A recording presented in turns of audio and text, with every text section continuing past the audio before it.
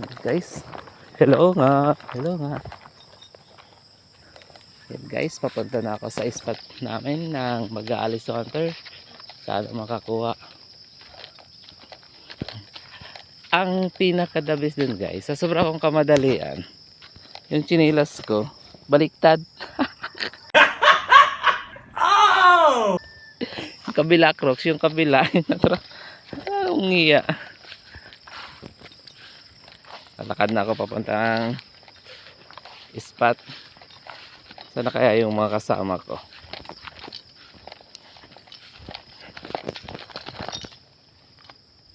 Ayun, may isa na. May isa na pumunta dito ah. Sino ba yun? Si Uma.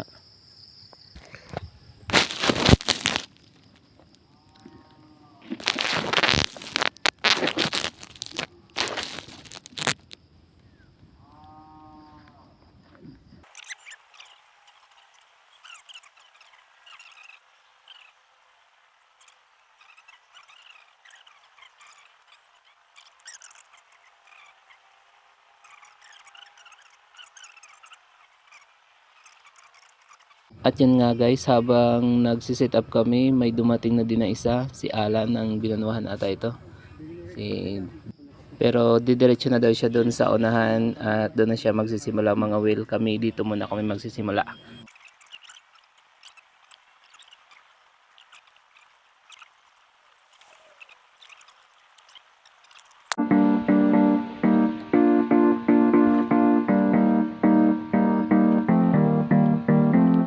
Kagawa Dani Ray, saka si Aki kasi kabats ko. Ito yung magandang spot dito sa unahan, napakaganda na maraming nakakuha ng malalaking black bass. Yung paghahunting pala guys ng black bass or mangrove snapper, tiyagaan yun. Talagang maghihintay ka na dadaan sila, palipat-lipat ka ng spot hanggang sa masaktuhan mo sila. Ayun, pag nandun yun sa spot na napuntahan mo, sigurado sa pool yun, kakagat yun, pagbibigyan ka ng laban nun. Kaya tiyaga-tiyaga lang, pabalik-balik lang. Pero pag swinerte talaga yun, kahit kakarating mo pa lang, kakaisang pukol mo lang, andun na sila. So yun guys, habang pauwi kami na pagkikwentuhan namin yung naputulan si Uma kahapon. Sobrang laki yun kasi naputol yung braided niya eh. Hinawakan niya pa sana yung braid niya kaso hindi kinaya, nagkasugat pa yung daliri niya. Kaya prinisbaka namin na yun kaso wala na eh. Baka nagsumbong na sa mga kasamahan nila na may pupunta dito ng mga ngawil. Ayun guys, habang mapalapit na kami, may tatawiran kami ng ilog. Ayun si Master Danny Ray. Di ako informed, di ako naka-ready. Kailangan pala dito nakahangs. Ayan yung tatawidan namin eh. Basang-basa kami kanina eh. Shout out tayo dyan sa mga kasama natin. Ito na yung moment of truth namin. Kanina paliig yan eh. Ngayon padibdib na lang.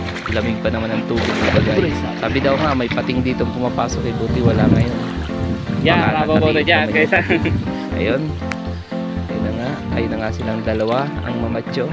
Ako guys wala eh. Hindi ako nagubad. Nagpabasa na lang ako. Yung gamit pala namin guys dito yung popper at yung floater na wakdado. May sinker din kaming gamit 8 grams pero walang kumagat sa kanila eh. Yung mag-ibabaw at mag-ilalim yung technique namin na pangangawil, wala talagang strike. Masyado kasing malakas yung hangin guys. Tingnan nyo, lumalaki pa yun, nag-alpadura pa dun oh.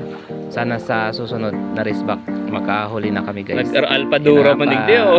Parating na kami sa kabilang ilog. Ayan na sila. Kung mamatyo yan guys, angler yan pero mamatyo yan. Lakas ng hangin guys oh. Ayan na sila. Kaya medyo madulas yung daan dito guys pero okay lang. Si Amor Solo baga data oh. Kayang-kaya naman. Kala nila dito sila binibidyoan no. Ayan, nagbibihis na sila. Ayan na sila guys oh. Guys, dito na magtatapos yung vlog ko ngayong araw. Kahit zero kami, babawi na lang kami bukas. Sa susunod na lang. Salamat!